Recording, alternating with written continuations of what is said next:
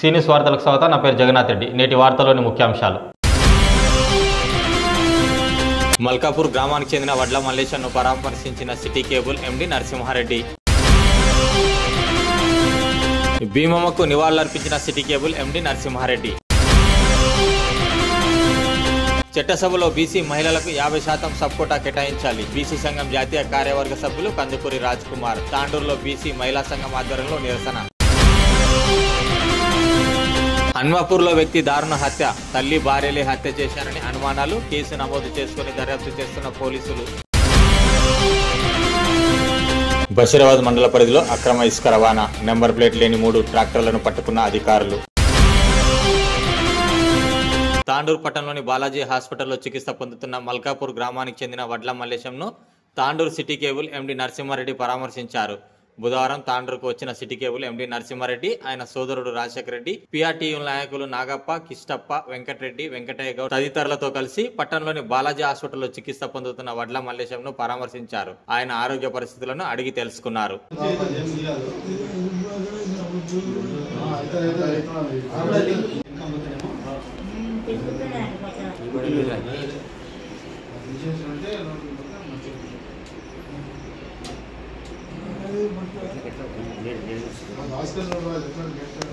మాట్లాడాలంట మీరు వచ్చిన మాట్లాడి బాగా ఎక్కువ మాట్లాడాలంట. మాట్లాడుతుంటేనే మన అర్థం మాట్లాడుతుంది కంపల్సరీ ఎక్కువ మాట్లాడేయండి.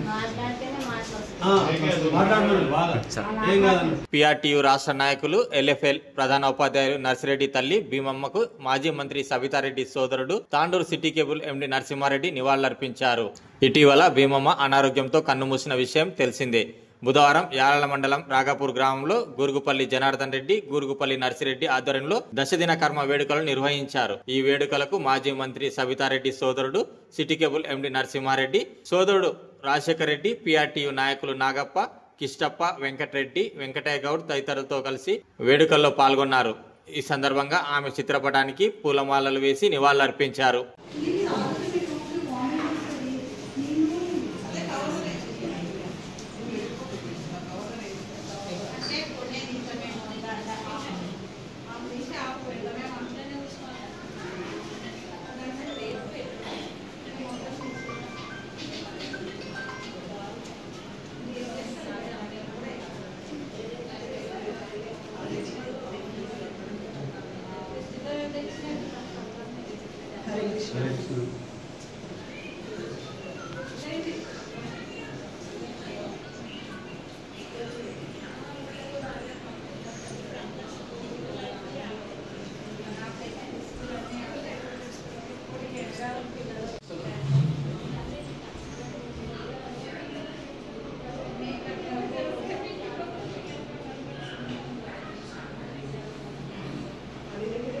పార్లమెంట్లో ఆమోదం పొందిన మహిళా బిల్లులో జనాభా ప్రకారం బీసీ మహిళలకు 50% సబ్ కోటా ఇవ్వాలని జాతీయ బీసీ సంఘం కార్యవర్గ సభ్యులు కందుకూరి రాజ్ కుమార్ డిమాండ్ చేశారు. బుధవారం తాండూరు పట్టణంలోని బీసీ మహిళా సంఘం అధ్యక్షురాలు అనిత, కార్యదర్శి మంజుల ఆధ్వర్యంలో నిరసన కార్యక్రమం చేపట్టారు. గత 2 రోజులుగా ఢిల్లీలో బీసీ మహిళా సంఘం ఆధ్వర్యంలో నిరసన కార్యక్రమాలకు మద్దతుగా పట్టణంలో ర్యాలీ నిర్వహించారు. అనంతరం అంబేద్కర్ చౌక్ వద్ద సంఘీభావ కార్యక్రమం నిర్వహించారు. ఈ కార్యక్రమంలో బీసీ సంఘం జాతీయ కార్యవర్గ సభ్యులు కందుకూరి రాజ్ కుమార్ పాల్గొన్నారు. ఈ సందర్భంగా వారు మాట్లాడుతూ చట్టసభలో మహిళలకు 33% రిజర్వేషన్లు, బీసీ మహిళలకు 50% సబ్ కోటా కేటాయించాలని డిమాండ్ చేశారు. బీసీల అభివృద్ధికి ప్రత్యేక మంత్రిత్వ శాఖ కేటాయించాలని అన్నారు. జాతీయ స్థాయిలో కులగణన చేపట్టాలని డిమాండ్ చేశారు. ఈ కార్యక్రమంలో బీసీ సంఘం రాష్ట్ర నాయకులు సయ్యద్ షుకూర్, మహిళా సంఘం నాయకురాలు విజయలక్ష్మి, వివిధ మండలాల నాయకులు, వివిధ సంఘాల ప్రతినిధులు తదితరులు పాల్గొన్నారు.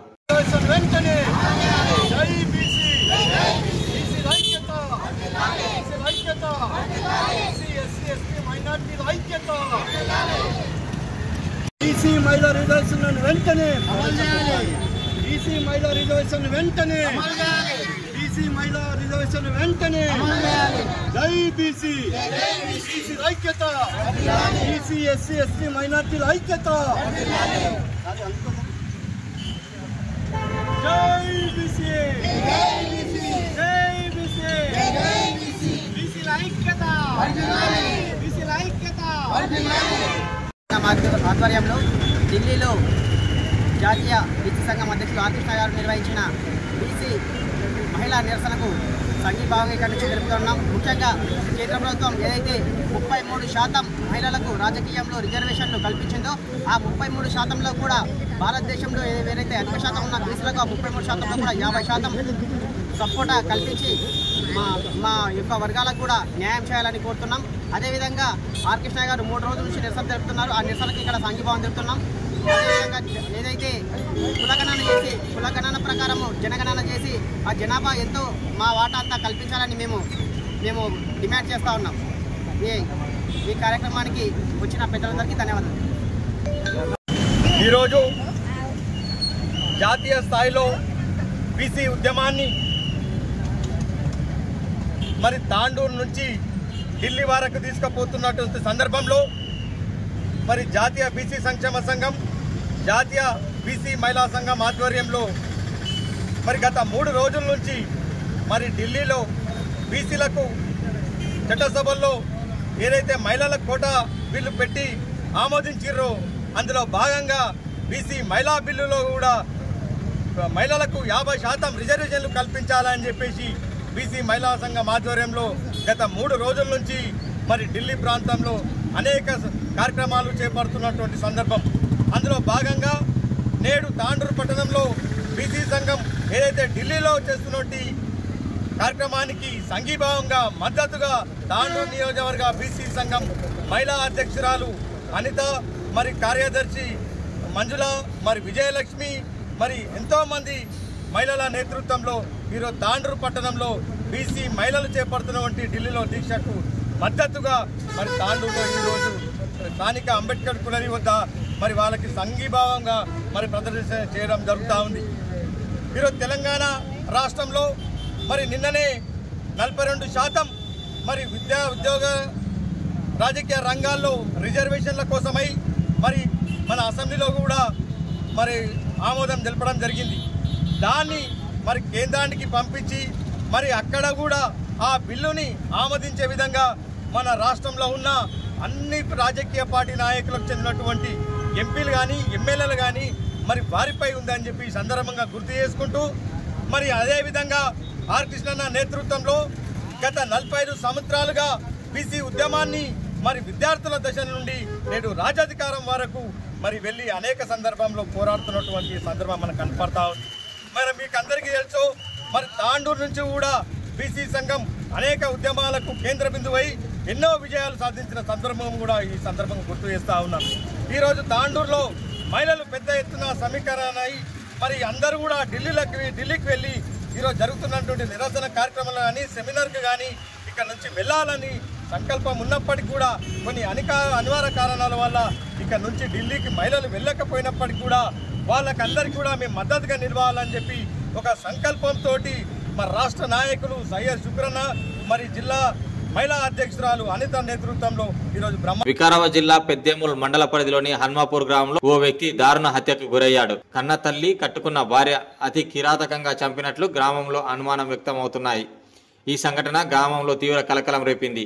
గ్రామానికి చెందిన బక్కని వెంకటేష్ వ్యవసాయ పనులు చేస్తూ జీవనం సాగిస్తున్నారు. మంగళవారం రాత్రి ఇంటి ఆవరణలో నిద్రించాడు. బుధవారం తెల్లవారుజామున వెంకటేష్ రక్తపు మడుగులో శవమై కనిపించాడు. విషయం తెలుసుకున్న Tandur DSP Balakrishna Reddy, rural CI Nagesh, Peddemul SI Sridhar రెడ్డితో కలిసి సంఘటనా స్థలానికి చేరుకుని పరిశీలించారు. అయితే మృతుడు వెంకటేష్ ను అతని తల్లి లక్ష్మమ్మ, భార్య సబితలే హత్య చేసి ఉంటారని మృతుడి సోదరి అనుమానం వ్యక్తం చేశారు. మద్యానికి బానిసైన వెంకటేష్ నిత్యం వేధింపులకు పాల్పడడంతో ఈ ఘాతుకానికి పాల్పడి ఉంటారని ఆరోపించారు. కుటుంబ సభ్యుల ఫిర్యాదు మేరకు కేసు నమోదు చేసుకుని పోలీసులు దర్యాప్తు చేపట్టారు.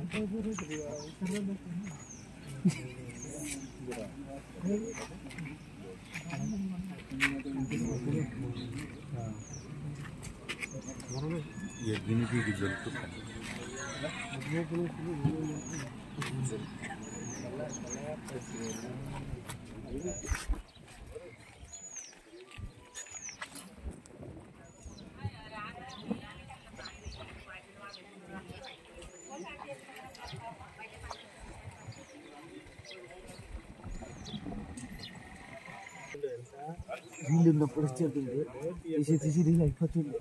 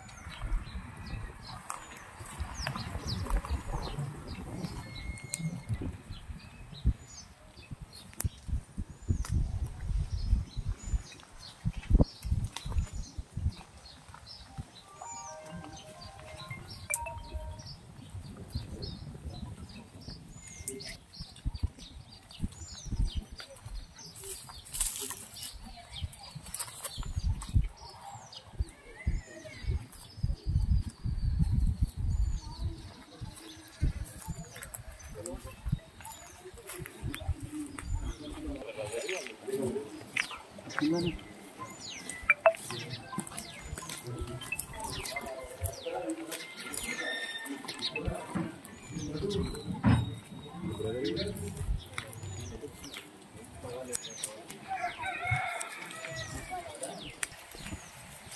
పని ఏం చేస్తాం అనవసరంగా మీరు ఉన్నారనుకోండి, డాగ్ స్మెల్ చేసింది అనుకోండి, మీరు పట్టుకుంటే మీరే అవుతుంది, ఎవడైతే వాడు. దయచేసి కోఆపరేట్ చేయండి. అవసరం ఉంటే ఉండండి, ఏమైనా ఉంటే మేము చెప్తాం, కోఆపరేట్ చేయండి. ఇప్పుడు అందరూ ఇప్పుడు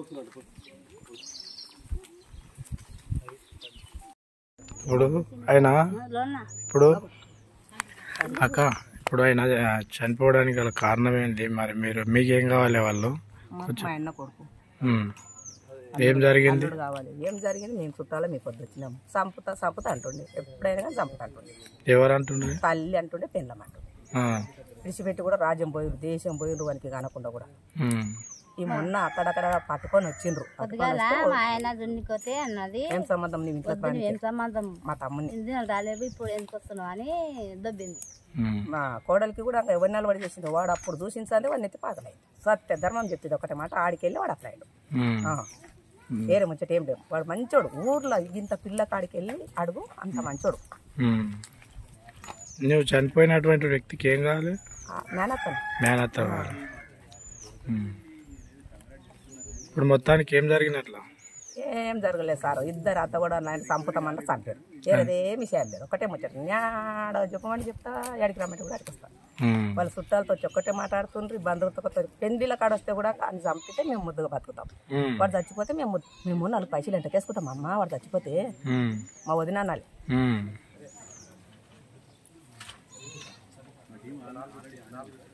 3 ఎకరాల భూమి అమ్మీరి రూపాయలు ఉన్నాయి సార్. వాళ్ళ దగ్గర ఇతర కూడా మా రూపాయలు ఉన్నాయి.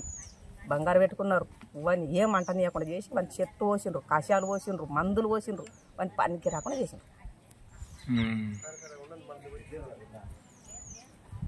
వేరేదేం ప్లేస్ చేసిండే వాళ్ళు ఇద్దరు. వాళ్ళు ఏం చేస్తారో మీ బాధ్యత. పిల్లలు కూడా మాకు వద్దు. మాది పోయినాక ఆ పిల్లలతో మాకేం అవసరం? మా నాయన ఇల్లు ఉన్నది, మా నాయన భూమి ఉన్నది. మేమిద్దరం మాకు చెల్లెలు ఉన్నాం. ఏం బేకైతే కానీ మేము మా కాడికి ఇద్దరం ఇది చేసుకుంటాం. ఆ పిల్లలు మా నాయనను కుట్టలేదు. 50 నెలలకు వచ్చిండ్రు. వాళ్ళకి వద్దు, పిల్లలు కూడా వద్దు మాకు. కానీ అన్న మేము వేస్తుంటే మేము నడుపుకుంటుంటే మాకు రోలితే ఇక్కడ అన్నం పెట్టి నడుపుకుంటుంటే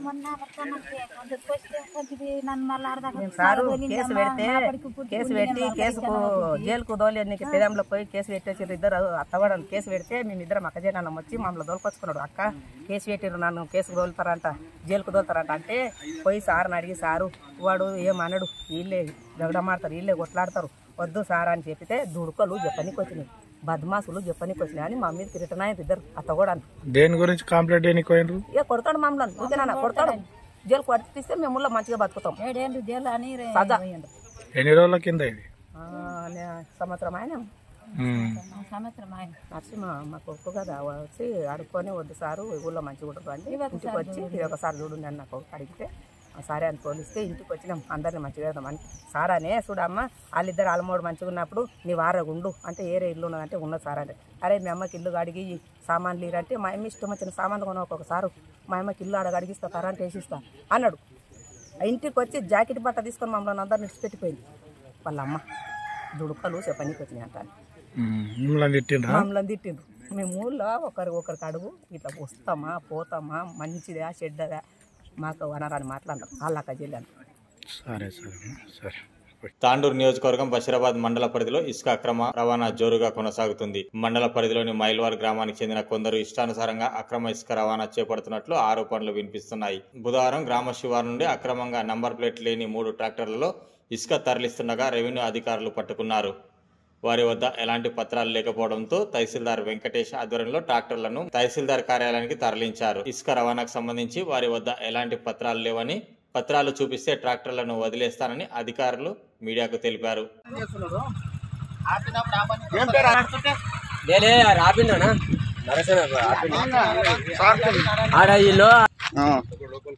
పర్మిషన్ బందేనా